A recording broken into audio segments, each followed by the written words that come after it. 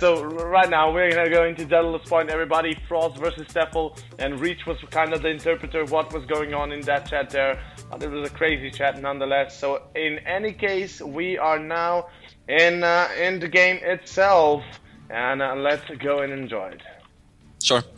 So the first player to be introduced is actually gonna be the guy who is playing on the bottom right corner of the map. He is my teammate. He is frozz. Ha ha ha. And of course his opponent in the top left corner playing as the Green Zerg, playing for Dignitas. Give it up for Tefel. So Daedalus Point, out of all of the maps that could have been picked, I think that this is the best map for the Frozz. For the Frozz. Ooh, for the Frozz. He's got a new name, everybody. It's the Frozz. Yeah, for the Frozz to bring out his very popular build, which is actually the Marine into very fast Hellions. So actually, he plays this build really well because of how he sends those Marines across the map and then utilizes the Hellions to its fullest potential. I mean, I wouldn't be surprised to see him rally the first two Hellions that are made straight into the Zerg's natural, and because of the map selection, which is Daedalus Point for the first map being played, that could be pretty strong because. I don't know, man. The natural and the main both are pretty damn big, and also there's a lot of room which is not covered by creep, and Hellions could dance around it for ages. Let's see what else is going on. Actually, Frozz with this opening is kind of leaning towards actually playing Reapers first instead of Marines. But at the same time, Tefel is playing this matchup even weirder because he actually decided to go for a spawning pool first. And then he decided to take a hatch with around 16 supply, which is actually very, very weird for this particular matchup because players tend to go for hatcheries and then spawning pool builds. At the same time, with the build that he selected, he should be a little bit more safer against the potential proxy Reaper opening, but that's pretty much the only advantage that I can think of right now for him. Yeah, well, I was a little bit out of it. I was still talking to Dom, but yeah, like you said, opening up with pool first here, he's gonna have good control for now. And interesting enough, like you said yourself, going for not Reapers, but it's gonna be factory actually, and it's gonna be factory first here. And both players are multitasking like it's a joke. They're not multitasking. They are probably checking their phones, eating pizza. Or most likely just, stream cheating, googling Reddit or googling boobs, like they want to find something special, but they won't. And we have Frozz here with the reactor already halfway through. Gonna go for those Hellions, of course. You forgot to mention that Frozz's very infamous Hellion play comes into I did not forget to mention it. It was the first thing that I said when we were loading into this map, so but I mean, his very infamous Hellion play really shows on this map in particular. The reason, previously was the bigger ramp. Now it's going to be a little bit harder for Frozz to get in, but the natural is still as wide as it was, and as big as it was, as your mama. And we are going to have probably a lot of Hellions running around Tefel's base, so Tefel going to have to be extra careful here. Yeah, he surely will be extra careful. And right now, he's actually going to be uber careful with two gases actually being picked at around 4:30 minute mark, which is super fast for this particular matchup. And a Roach Warren was thrown on immediately. And those Roaches could be actually used for multiple purposes. They could be used for either defense against the Hellions or a straight up attack. Yeah, and right now, those Roaches, will definitely come on the way for Frozz. A couple of them, like 4 to 5, are going to be the option, I feel. But here comes Frozz, 2 Hellions in the main, and this is exactly what Frozz loves. He's going to scout the Roach Warren as well here. That's probably nothing else that could have been. And a couple of drones already dying, 1 down. And for 2 Hellions, 1 drone is not the perfect. 2 drones now, more drones gonna die here, and Frozz looking to find more kills on that kill counter, but currently only at 2, and to some extent paying off, not too much, but still the mining time loss. I think those 2 Hellions did pay off a little. Yeah, at the same time, Frozz is maybe doing a little bit of a mistake by not actually sending those Hellions quicker on the map, because there really wasn't much that could kill them. But right now, I mean, he's already scouting Roach Warren, so he knows there's Roaches on the way. Yeah, but still, I mean, he could just kite Roaches across the map. That's because true. right now he's Yeah, right now he's actually recognizing that and sending the Hellions across the map, but the Roaches already are making its way to the Terran main. So let's see what their can way into the Maritime, not its way, their main, their way. I'm just joking. By the way, it is their main though. And we do see Hellions still burning everything. Oh wait, Tefel falling back now, and Frost might take a big lead here with workers because he's gonna burn everything he can. Roach is going to the main. He's gonna try and kite and kill those Hellions, but more drones fall here, and Frost is just burning away at everything he can. 14 drones already dead, and those Hellions will die eventually. But still, 14 drones were about 6 more Hellions. I think that's a costly trade there. I mean, a fair trade for Frost there. Yeah, it is a very costly thing for Tefel to suffer, considering that he went for very early Roaches, and whenever you go for very early Roaches, you never want to have any of your drones being killed because of how fast you're actually mining gas and and basically how you're going to be delayed with those drones in general.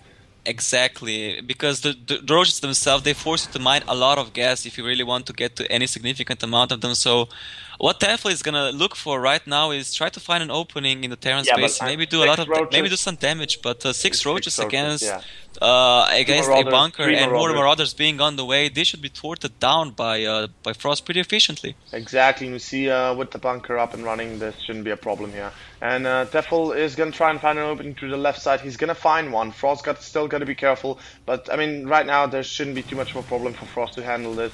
I mean, 6 Roaches is nothing, but we have more Hellions in the main of Tefel. Frost not controlling his SCVs, but still, he doesn't care. More drones have been burned. More will die here. 28 drones already in the kill counter here, and Frost, I think, is just securing himself the victory. Well, not the victory, but the advantage. He's gonna take himself into the mid game here, and Tefel is in a very dire situation. Only at 30 drones by the 9-minute mark.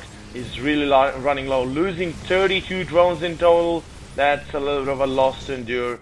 And I mean, it's going to be a hard way for Tefel to come back here.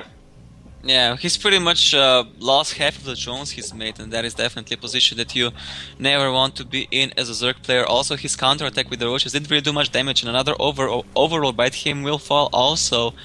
And, I mean, this Hellion run by Frost, with the Roaches being out of position, we're pretty much the nail in the coffin for our Polish Zerg player, I'm afraid. I mean, what can he do right now? He's actually trying to catch up in economy. He's trying to, I don't know, saturate his third base, saturate his natural again. But it's gonna be really hard. I mean, Frost already has +1 on the way. Stimpeg is already almost completed. The Hellions are making its way across the map again, and even more drones will fall. And look at Tefel not even in position with those Roaches, not responding in a quickly manner. More drones will die, like you said. With Blue Flame right now, Frost would be able to burn every single drone, but he's going to go into the main, and this is a very dire situation that Tefel finds himself in. And look at, oh my god, another good drone kill there, and Tefel, I think he's so frustrated right now, he's gonna be like, oh man, screw this, and probably tap out.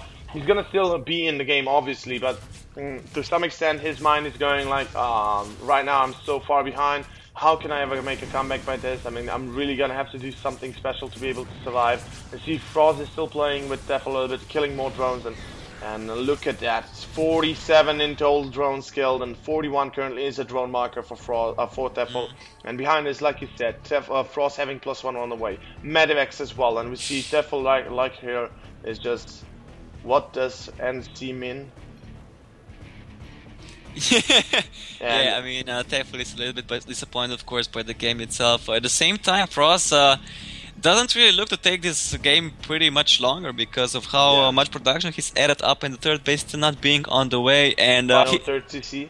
Yeah, right now he's preparing a very strong push with the +1 being already completed for him, with a couple of Medivacs being available, a couple of Marauders which are very good against Roaches, and even Siege Tanks in the mix. So this push is going to be really strong. At the same time, the army supply is kind of even. Yeah, Frost definitely does have a lot of Roaches up, as well as +1 about to finish up. So Frost is gonna have to be very careful. Good concave for Tefel. He can still take the victory here. Frost maybe overextending a little bit. This could be very close. Tefel is still breaking through, microing those Roaches around, but here come reinforcements from Frost, and those Roaches will die. Now the supply is slowly dwindling for Tefel. Of course, Frost, he shouldn't overextend here. He needs to pull back. I mean, the Roaches are still very dangerous. We see Frost will pull back, a little bit of a mistake there.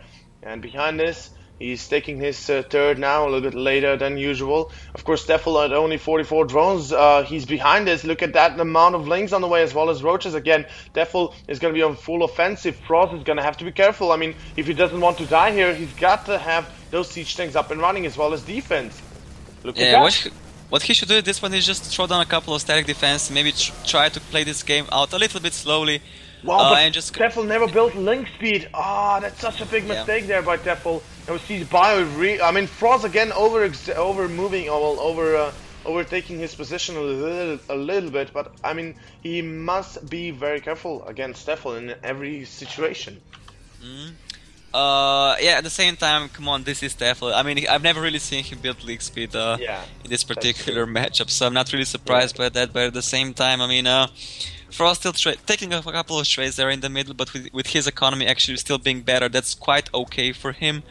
+1 armor also is on the way, and with 2 siege tanks now and combat shields being completed, he's looking to take another trade in front of Tefel's base. Yeah, exactly. He's setting up another engineering bay as well as the armor. So 2-2 gonna start up immediately upon 1-1's completion. Tefel taking into the engagement here. frozz gotta be careful. Siege tanks are up. Good concave for Tefel. This is a really excellent engagement for Tefel. Look at those roaches spread around. The first siege tank down, the second one getting targeted down. frozz is gonna lose the bio, and again frozz loses the engagement. A big fail by frozz, to be honest. I mean, why move in with such an inferior number or such a weird position of frozz? The thing is, he should just probably wait out, get his economy up, get his most importantly upgrade up, and then just defend. And here comes the engagement. Now +1 armor is complete for frozz, so it's gonna change the way Tefel is gonna fight here a little bit. But again, Tefel finds such an excellent conclave. Every single game, it's really hard for Tefel not to lose. Yeah, I mean, but at the same time, you do have to be aware of the fact that Tefel is on a clock, he's on a timer, and his army, as the time progresses, gets increasingly weaker because of how roaches and high risk work in this matchup. Because as long as you do have the upgrade advantage, your army is considerably stronger, and you should be looking to pressure the Terran player. But as the upgrades kind of even up, as the upgrades kind of get evened in the 2-2 section, and maybe when the 3-3 finishes, the Terran army becomes significantly more stronger. At the same time, the Terran army also can utilize siege tanks to its fullest potential, which are actually pretty good against roaches and high but to be honest, I mean, you take a look at this. I mean, Tefel managed to defeat frozz in 3 engagements already. That's because of how strong Tefel's army is right now, but it's on a timer. Yeah, I mean, it is, but we gotta consider it. I mean, Tefel, frozz, if he would have waited a little bit longer, he would have had 200 army right now, and if he had pushed into Tefel, he would probably be able to defeat him. We see Tefel though run by on the third of frozz, frozz really not responding. There's the drop in the main though of Tefel, everything's gonna die, drone's gonna die, more overloads as well, and frozz gonna pick up and leave here. And just probably gonna go into the third base. Yes, indeed he will. And Tefel is slow to react here. No, the third base is not gonna be dropped, interestingly enough, for some reason. Yeah. That is actually one of the stronger, the better options that you can do as a Terran player when you're facing this kind of army, because of course with zero mutilis actually being present, the drops are kind of hard to defend. Much the best you could go for. And again, this was a mistake by frozz not dropping directly into the third base. I'm feeling like if he had dropped in the third, killed more units there, and then again get into the main, he would probably be able to clean out more and more units at a time. And we see he's again in the main of Tefel, gonna kill an overload, gonna snipe a Hydra, a roach there, and falling back again. He should be rotating to the third now. Tefel though this time around is a little bit smarter, learns from his mistakes or possible mistakes, and goes with a part of his army into the main or the third. And we see frozz, gotta be careful, almost losing that medevac there if he had moved a little bit further. But if we still look at this game from the macro and strategical standpoint, don't get us wrong, frozz is still in a very advantageous position because of how strong his army is getting. Right now he's at 200. He's playing as a 3-base Terran against a 3-base Zerg, and that is always the position that you want to be in. frozz does lose one of the medevacs, not being too careful around it.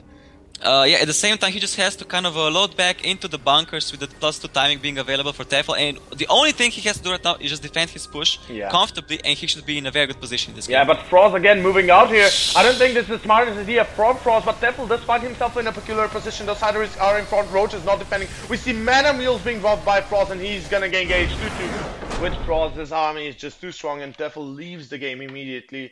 What an interesting decision by frozz to move out against that army. Yeah, it's still. I mean, what was I gonna say right over here? It was a little bit of a brave position. I mean, if I were him, I probably wouldn't have done it, but at the same time, he was probably thinking that he was playing against a 3 Berserk for a very long time. The standing army for Tefel is probably the only one, and it didn't really carry the punch that he needed because of how strong Frozz's army was at the same time. So he took. I mean, the decision he did was actually pretty decent as well. So props to him for winning the first map. Exactly. So frozz leads 1-0 in this best of 3 series, meaning that Tefel will make will have to make a comeback in game number 2 or facing elimination. Otherwise, here in the round of 8 of Go4 StarCraft 2 Monday, ladies and gentlemen. And as always, bringing in the best of StarCraft 2. We are here in game 2 with Tefel versus frozz. Habitation Station is the map. And we're gonna have a 2-minute break, so everybody get something to drink, get something to eat, and yeah, let's see. Let's see. And we'll be back with frozz versus Tefel. I, for one, will get some water.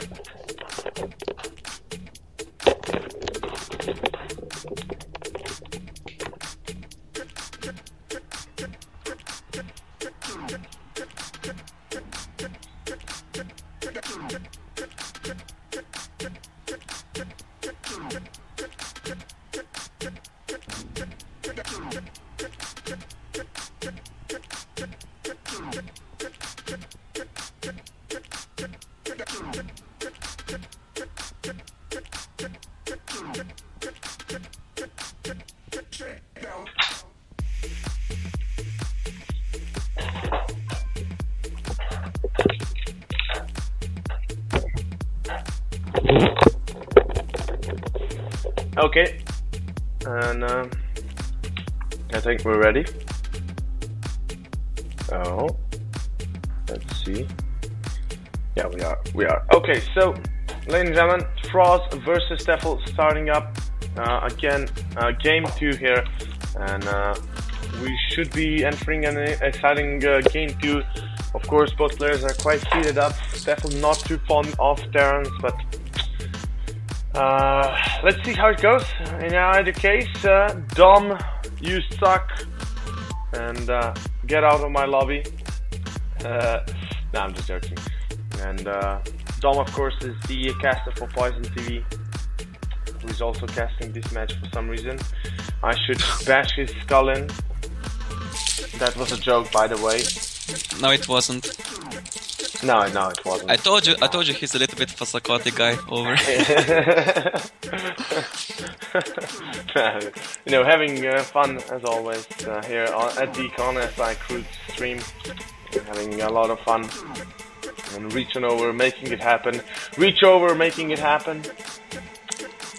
Making things happen, making terrible jokes happen. Making babies happen.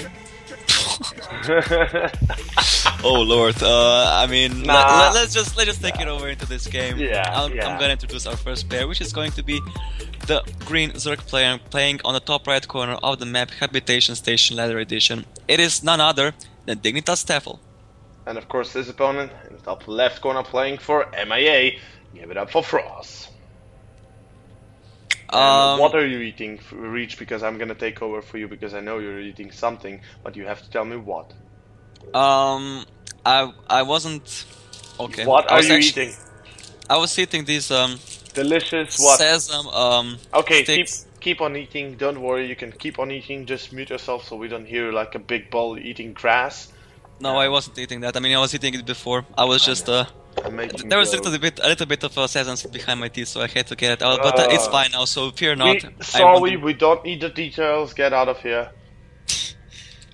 No details allowed, game. Nah. QQ.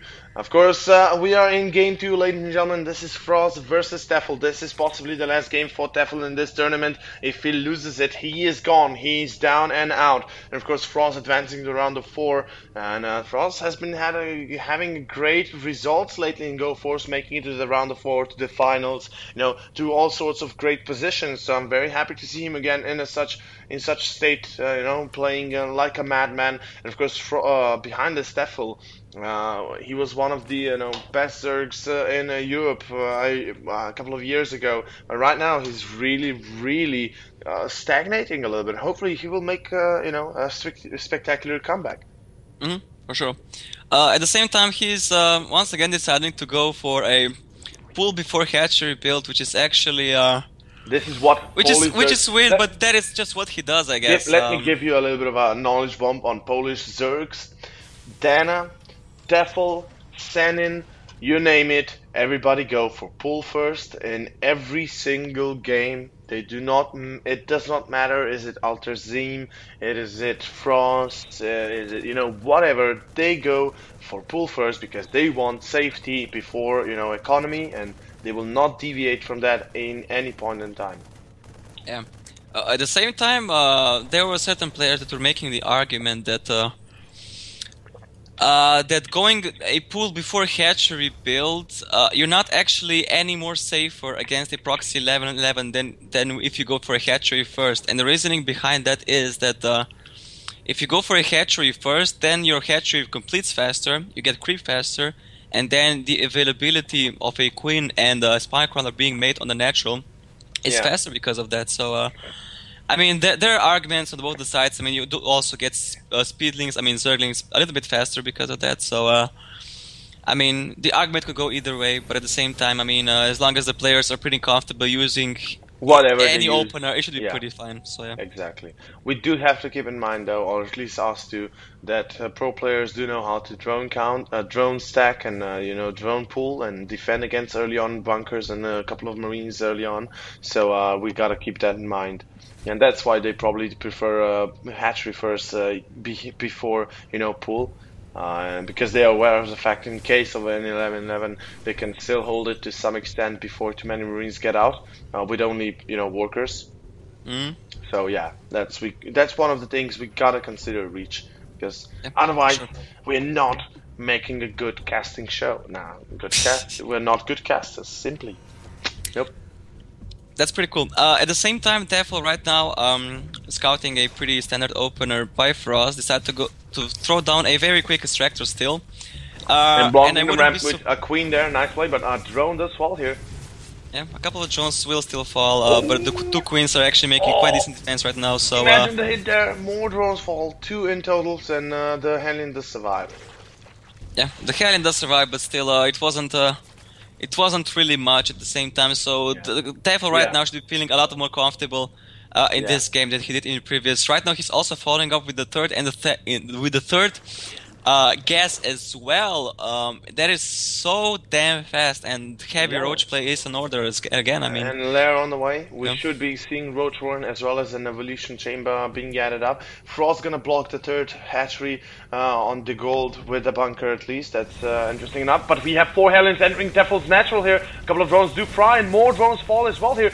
Frozz is really making it happen. I mean, he is the Lord of Hellions right here, right now. Look at that, more Hellions more drones falling, and holy crap, that's 14 workers. I mean, Tefel really did a terrible mistake here by not actually walling off with his queens with the roach one and evolution chamber being on the wall, because he could do that for sure, but he just did not, and 14 drones did fall for him. And more lanes will fall as well for that one lonely Hellion there, the Hellion Ranger. Takes down the 5 lanes before it dies. So, I mean, Tefel again finding himself in a terrible position that you never want to be in, because you delay your third hatchery and your economy, and you're attacked by so much because you go for roaches. I mean, again, frozz finds himself to be in an awesome position in this particular matchup, and again, going for roaches because Tefel actually goes for roaches instead of other units. Again, he's gonna be facing himself on a timer. Yeah, and we see with 6 more Hellions coming in here for frozz, he's gonna try and kill more drones here, and Tefel already pulling a couple of them. He's gonna need to pull more. The drones like, oh my god, the drone's dying. Holy crap, and look at frozz, he's dividing his Hellions into 2 groups, now gonna go back to 4. Of course, 4 is more efficient. And another drone line dies. Look at Tefel, he's just not controlling those drones. Holy crap, what the hell is Tefel doing? How does he let so many Hellions run by all the time?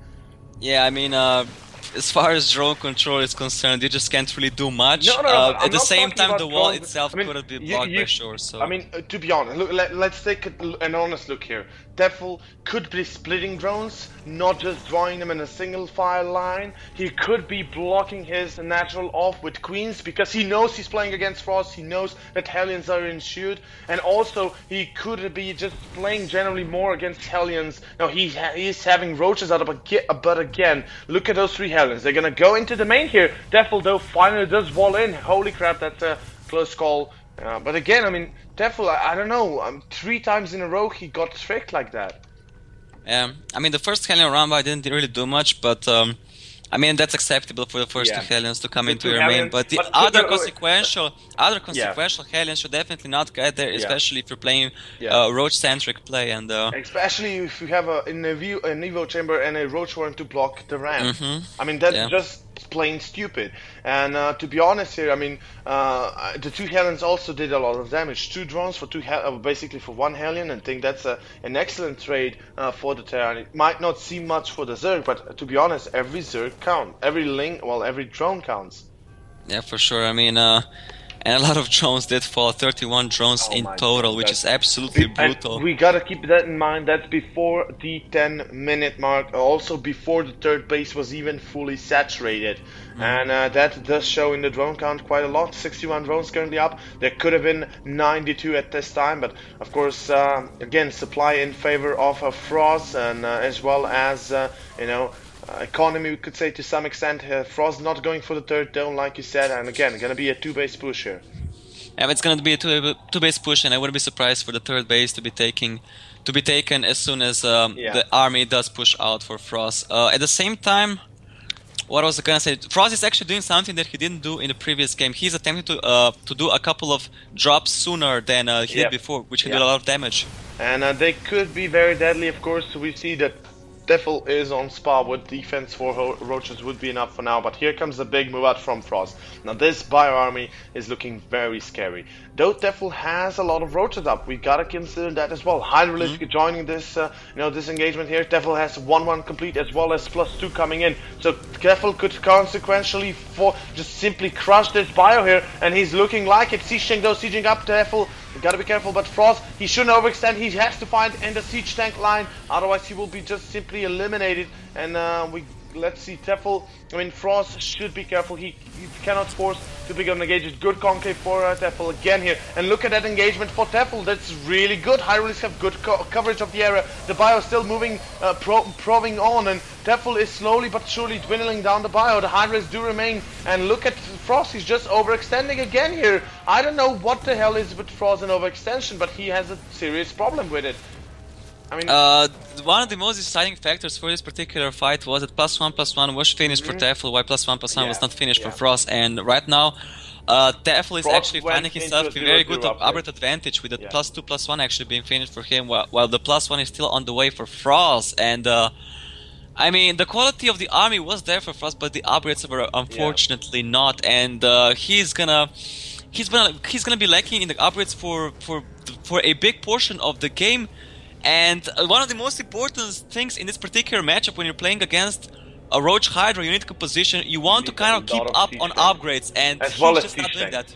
As well as siege tanks, of course. But I mean, if you're playing 3-3 against 3-3, you're doing very good. But if you're playing with an upgrade disadvantage, and here we have Tefel moving into the 3rd base. We should be seeing a lift off from Frozz. He cannot defend against that many Hydras. No way, no how. 3 siege tanks should be, 4 siege tanks should be a little bit efficient, but we see the bio is slowly going to dwindle now. Now the 3 siege tanks are firing their way around as much as they can, but will it be enough here? Tefel is proving to be too tough. +2 weapons are just breaking through the main army of Frozz, and actually Tefel will lose himself on this defense. Frozz will make a miracle comeback. Maybe he's gonna clean out the Hydralisk count, and that's a big destruction of the economy and basically army of Tefel here. Holy crap. Yeah, the combined force of siege tanks actually managed to kill around 25 units right over there, and that was very significant. Sick hold by Frozz. I mean, honestly, Tefel here, if he had done a double engagement, couple of units from the right as well as from the left and bottom right side, he would be probably able to break this siege tank line. But going into a clumped area like he did, going up against with mainly Hydras against siege tanks, that cost him all the units he had. And let's take a look at the resources lost. 9,500 resources lost in favor of frozz. He's doing this trade in front of Frozz's base was really good for him, and yeah. Right now he's also on the way with catching up with upgrades, which is very awesome for him. But at the same time, Tefel is also kind of carrying on with his economy, the infestation pit being on the way. Yeah, and Tefel does have an established third base easily now, and the drone count is not as low. He's at 71 currently, so not looking as bad. He's gonna take the fort on gold, like you said, so can have more income coming in. Frozz gonna probably try and deny this. But we do see frozz with his own second factory finishing up, so he's finally going to start up his double siege tank production. He's got 8 barracks up and running, constantly producing units, actually 7, not 8, and we should be seeing a fourth CC start up soon. Yeah. At the same time, frozz was trying to be a little bit creative with his marine medevac drop rod over there, trying to do some damage, healing an overlord, doing cute things like that, and kind of playing to the weaknesses of the Roach Hydra unit composition. At the same time, Tefel though is already starting one of the most crucial and strongest upgrades if he wants to play Roach Hydra, which is the pathogen glands. With the pathogen glands being completed, and if he actually manages to fungal huge portions of Frozz's bio, he should actually be in a pretty good position still. Yeah, exactly. The problem though will be siege tanks. We should be seeing Hive start up for Tefel right now, because he's gonna need all the blinding clouds he can, because those frost tanks are just gonna grow in numbers, and we see there's already how many out? There's already 8 out, and more coming this way. The drop gonna be cleaned up in the main of Tefel. Of course, frozz doesn't give too much notion to that. He's got a big bio behind this, and like I said, siege tanks are going to be the crucial component on frozz's defense and offense here, and we'll see how Tefel decides to go up against this. He's got slow links, slow hydras, and well, not slow hydras, but a small, slow, not so mobile, not so quick army, which will have to move through our choke. We see a scanner reveals the army of Tefel, and this is now going to be the defense of the ages. Frozz is going to have to be very careful how he defends here. Yeah, right now he gets actually 11 siege tanks altogether, and Tefel without blinding clouds just won't be able to engage that. I mean, maybe with blinding clouds, maybe with miracle fungals, but otherwise I just don't see him breaking the lines. At the same time, the upgrades are evening up. Yeah, and also stuffing up. Yeah, +3 weapons, actually Terran vehicle and ship weapons level 1 also almost being completed, and he will definitely need blinding crowns if he wants to engage, and he's recognizing that and going for the high tech as we speak. But at the same time, frozz is trying to do a lot of damage with the drop on the third base of Tefel, and he's actually forcing a couple of drones to be pulled off the middle line, and the drones are falling. Holy shit! Yeah, Tefel engaging with drones, a big mistake there. Frozz meanwhile is going to move out on the map. He's going to take this Zelnaga tower. Tefel will be forced to pull all his forces back. Fungal's being shown now. Frozz knows he's playing against Fungal, so he has to respawn against this equally. And see, here comes the engagement. Fungal #1 on all those medevacs. The Hydra's damage could be very potentially dangerous here. Frozz does line up beautiful fungals by Tefel though, but the siege tank line, look at the siege tank line just ravaging the roaches, and the hydras now remain, and this is not looking like a game where frozz or Tefel wants to find himself in. Look at the amount of siege tanks still up. Those hydras are just going to be destroyed, demolished, and just executed on the spot there. Frozz still moving through, and look at the supply rapidly dropping from the third player, and GG called. Frozz takes game #2 and advances to the next round.